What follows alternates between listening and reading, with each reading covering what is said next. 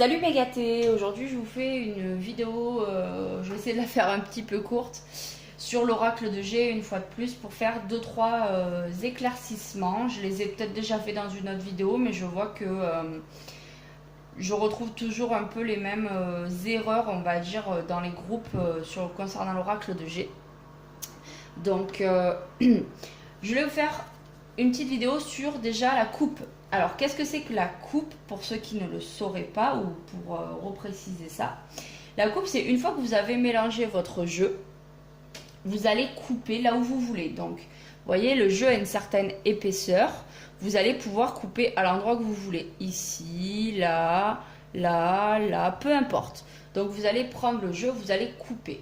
Et vous allez avoir une première carte. Donc ça, par exemple, c'est l'escargot qui peut représenter la lenteur ou une personne introvertie, par exemple.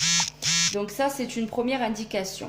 Vous allez poser votre carte ici et vous allez avoir la deuxième carte de la coupe qui est là. Donc là, c'est l'exclamation, c'est par exemple, cette personne est introvertie, c'est sûr, ou la lenteur dans des démarches qui vont être vraiment, cette lenteur va être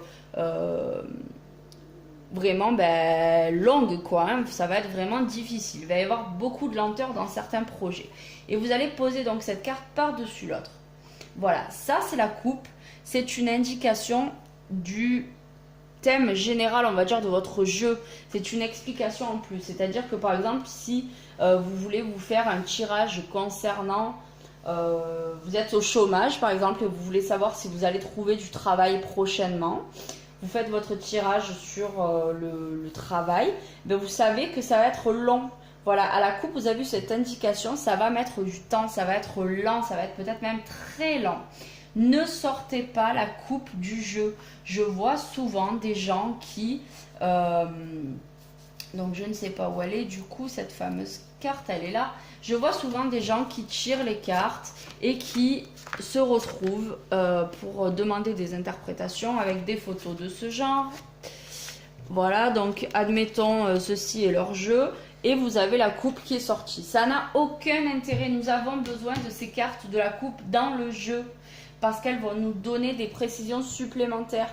Si c'est pour le travail, nous voulons savoir quand est-ce que ça va être lent. Donc, si cette carte sort ici, par exemple, dans le jeu, ça va vous donner une indication. Si elle sort ici ou ici, ça va vous donner une autre indication. Si vous les sortez du jeu et que cette carte est importante, comment vous faites pour interpréter? Souvent, les cartes de la coupe ressortent dans notre tirage. Nous en avons besoin. Ne les sortez pas. C'est une indication, mais ne les sortez pas du jeu. Ça n'a aucun intérêt de sortir les cartes de la coupe du jeu. Voilà, c'est juste, par exemple, quand vous faites un tirage sur le prénom, souvent, il ne sort pas de cartes précises comme le travail, le couple, le foyer, etc. Du coup, la coupe va vous aider à mieux interpréter votre tirage. Ne les sortez pas. Voilà, c'était une première précision que je voulais vous faire. Deuxième chose, je vois souvent des femmes en général qui veulent interpréter un tirage sur la grossesse. Donc ce sont souvent des dames qui sont en attente de tomber enceinte, qui souhaitent avoir un enfant et qui font un genre de tirage qui n'a aucun intérêt malheureusement. C'est-à-dire c'est un tirage domaine avec la carte de la grossesse.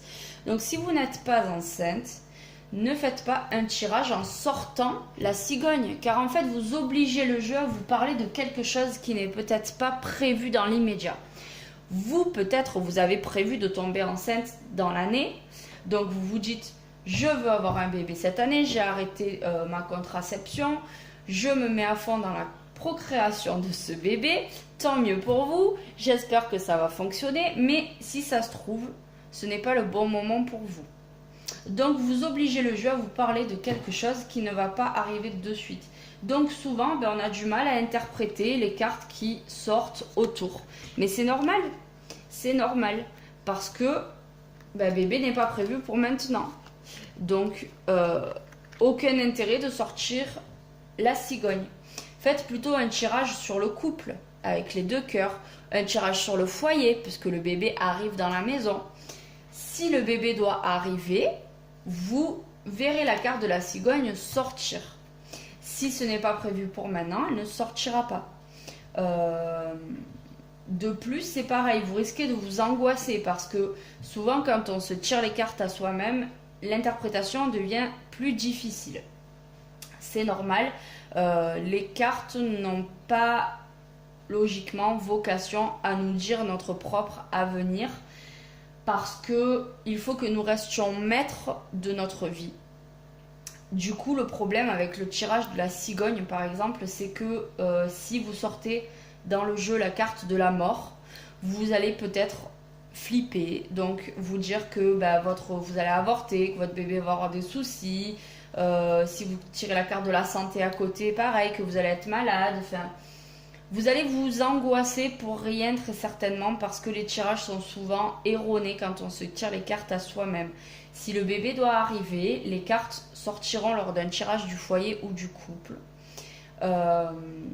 Peut-être même du travail par exemple, parce que si vous faites un métier un peu compliqué avec une grossesse, peut-être que ça paraîtra dans le travail, je ne sais pas. Enfin, il y a plein de domaines dans lesquels la cigogne peut sortir si vous êtes amené à avoir un bébé prochainement ou dans l'année ou dans les années qui viennent. Mais ne tirez jamais cette carte comme ça. Même si vous êtes enceinte d'ailleurs, faites plutôt un tirage sur la santé pour connaître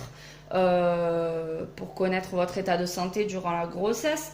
Mais je vous conseille de ne pas faire ce genre de tirage quand vous êtes enceinte, tout simplement parce que vous allez vous angoisser pour rien. Et quand on est enceinte, on est souvent en fleur de peau. La moindre petite chose nous angoisse. De toute façon, celles qui ont eu des enfants,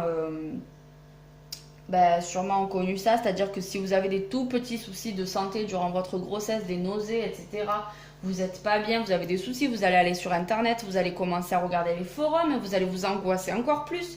Eh bien, c'est pareil avec les cartes. Donc, ne faites pas ça. Souvent, d'ailleurs, les cartes vont vous raconter n'importe quoi. Et du coup, voilà, c'est vraiment dommage de passer à côté d'un heureux événement, d'une grossesse sereine, parce que les cartes vous ont raconté un petit peu des bêtises. Faites-vous tirer les cartes à la limite par quelqu'un si vous voulez, mais aucun intérêt. Pareil pour la grossesse, je pense que le désir de bébé, c'est souvent quelque chose de très fort, mais je ne vois pas en quoi un tirage de cartes va vous rassurer parce que peut-être ça va vous donner une indication de 3 mois, mais les choses ne sont pas figées dans la pierre, donc peut-être que ce sera dans 4 mois, et si dans 3 mois vous voyez que votre test de grossesse est toujours négatif, vous allez commencer à flipper, vous n'allez pas comprendre, enfin... Vous allez peut-être mettre des projets en place et puis ça va pas se faire parce que bébé arrive un peu avant. Enfin, je ne sais pas. Ne faites pas ce genre de tirage. Déjà, comme je vous dis, ça n'a pas de valeur. Et en plus de ça, ça va vous mettre plus d'angoisse qu'autre chose. Si la grossesse doit sortir, si vous devez apprendre des choses sur votre grossesse, faites un tirage de votre prénom, de votre couple, de votre foyer. Ce sera le plus simple. Voilà. Je pense que j'en ai fini avec ces thèmes là. Je vais vous faire une vidéo tuto cet après-midi si mes enfants sont sages et qu'ils font la sieste, pour justement les dames qui veulent avoir un bébé ou qui sont enceintes, pour connaître le sexe et le nombre de leurs futurs enfants. J'ai une méthode très simple et sans carte. Voilà, donc ce sera ma petite astuce, un petit cadeau pour vous. Retrouvez-moi sur ma page Facebook qui s'appelle Laura Colombe. Je vous prépare plein de petites surprises. Ma page aussi Facebook qui s'appelle Vibration avec un S, Énergie avec un S. Je vous fais plein de gros bisous. Je vous fais très vite de nouvelles vidéos sur un nouveau jeu que j'ai acquis il n'y a pas très longtemps, qui est le tarot persan. Voilà, si vous avez d'autres questions sur l'oracle de G, n'hésitez pas à me les poser. Je vous fais plein de gros bisous et je vous dis à très vite.